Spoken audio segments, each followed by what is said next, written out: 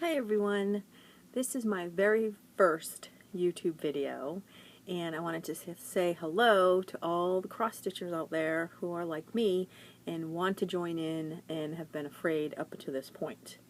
So today I decided to take the plunge because I've been watching FlossTube for months, and the more you watch, the more you think, I want to do that too. I want to have some fun like everybody else, and I want to hang around with the cool kids. So today is the day that I thought I would take a chance and make a video.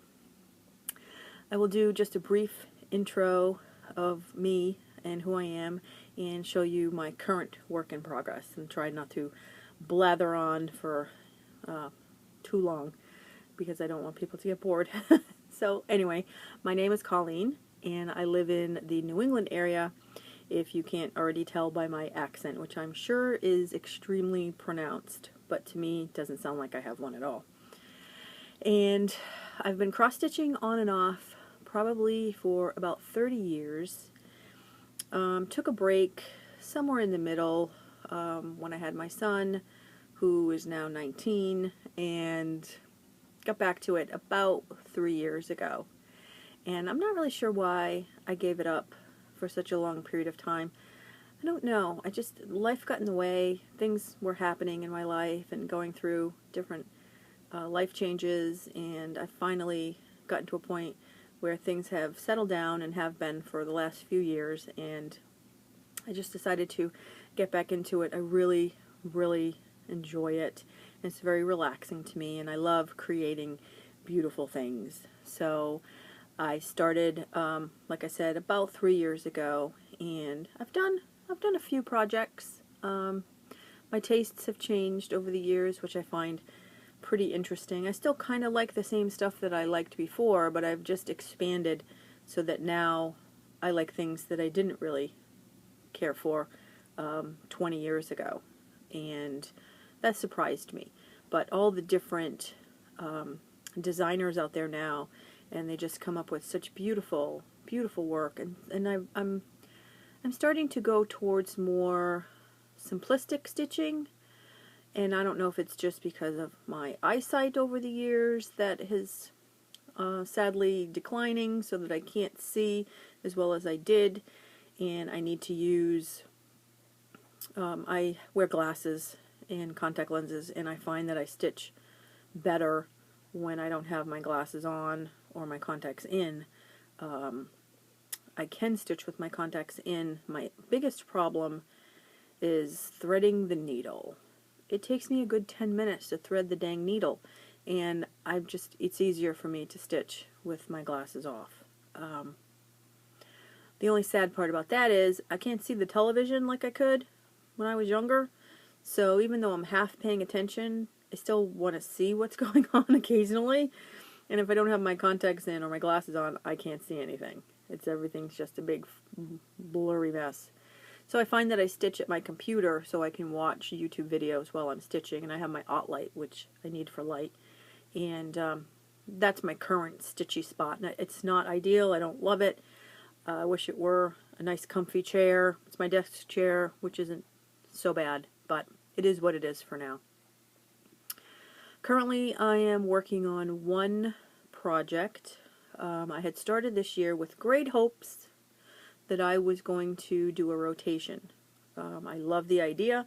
I picked out my projects and I started, and then 2.5 months in I realized I was resisting stitching. I had all but stopped, and I just couldn't bring myself to stitch. I didn't like it, and I couldn't figure out what was going on, so I had to examine what exactly was stopping me. And I know there are a lot of people that are serial starters. I am not one of those people. My least favorite part of a project is actually starting it.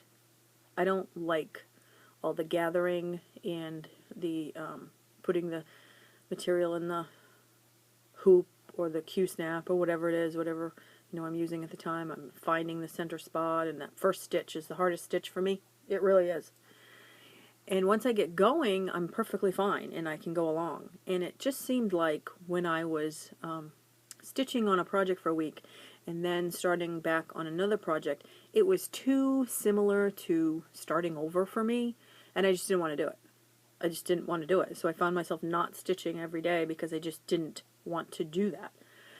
So I finally accepted who I am, and I've decided to just pick the one of the three and work on probably the smaller of the three and finish this one and then work on the second one, and etc., etc. And then the third project is probably going to take me all year, if not longer. I am not a super fast stitcher, and I don't stitch for hours at a time. If I stitch for half an hour to an hour a day, that's probably good for me right now. I mean, I used to stitch 2-3 hours a day because I watched, when I came home from work after dinner, I would sit down in front of the TV for the rest of the night and stitch and watch TV. And it was extremely helpful at that time because I didn't eat. And I was in that point of my life trying to lose. I've always been in that point of my life, by the way, trying to lose weight. But I would stitch for 2 to 3 hours before bedtime and was quite productive. Sadly, I don't think I have anything from that period. I don't know what I did with all my stuff. I don't know if I packed it away in boxes. I really don't know. I have no idea. It's so long ago. I mean, 30 years is like a long time in my lifetime. I was like 19 or 20 when I started stitching. So I'm hoping maybe someday I'll run into a box full of stuff, and we did move and things get moved, and I remember stitching specific projects. I remember doing a shepherd's bush.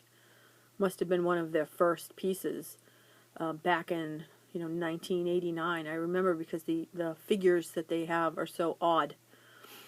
The little people that they design, and it was some sort of a sampler. It was a friendship sampler. I don't know if I finished it. I'm pretty sure. I don't know. I think I did, but I don't remember. I just remember the little odd shaped people. Figures. I remember that part. So it's kind of neat because at that time I had no idea who anybody was. No clue at all. I think the only one that name recognition for me was Elma Lynn. I love, love, love her stuff. Anyway, I have to be careful because I will go on a tangent and go off onto some, rabbit hole somewhere. So I'm trying to stay focused on what it is I'm doing. Anyway, so got back to stitching, have been stitching for a little while, have some projects that I will show in later videos, but I thought I would show what I'm currently working on. I'm working on a Little House Needleworks Necessities sampler, and here is the picture, and it is funny how I never cared for samplers. I shouldn't say I didn't care for them. I didn't have any feeling one way or the other towards them, but suddenly I love samplers. Love them. Love them. If it's a sampler, I'm all over it. If it's a series, I'm all over it. If it's a seasonal series, hello, I want it. So that's my newest twist in my style, having changed over the years. And so that's what I'm working on now. And here is my current work in progress. I do have the house done, but it's down in here. And this is where I am. So I'm hoping to get this piece done, which is the basket with the leaves and the flowers. That's my goal for the weekend. And then I like to do the inside and then go and do the border afterwards. But there's the picture of my needle minder. Change my light.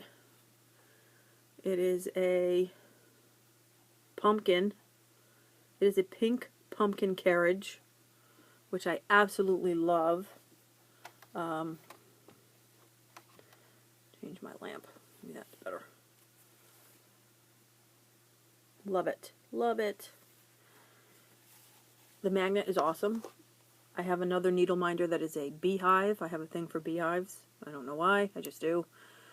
And I got it off 1-2-3 Stitch, I believe. and it's not as strong. The magnet, I can, you know, when I put the needle on it, it doesn't pull it. I kind of have to put it on there and it stays, but I'm not sure if I would have turned my project upside down. I'm not really confident. That one, you can feel the gravitational pull from the magnet on the needle, and it's great. I love it. I love it. And that particular needle minder came from Gina's Unique Boutiques. Unique Boutique. She has a shop on Etsy, Gina's Unique Boutique, and she has Facebook, Gina's Fobs and Froggers, which I haven't looked at, so I should probably do that. But love it. Love it. Highly recommend it. So that is my current work in progress, and I think I am, I'm hoping that I will finish this by the end of March. I've got, what's today, the 20th, I've got 11 days. It's really not that much left.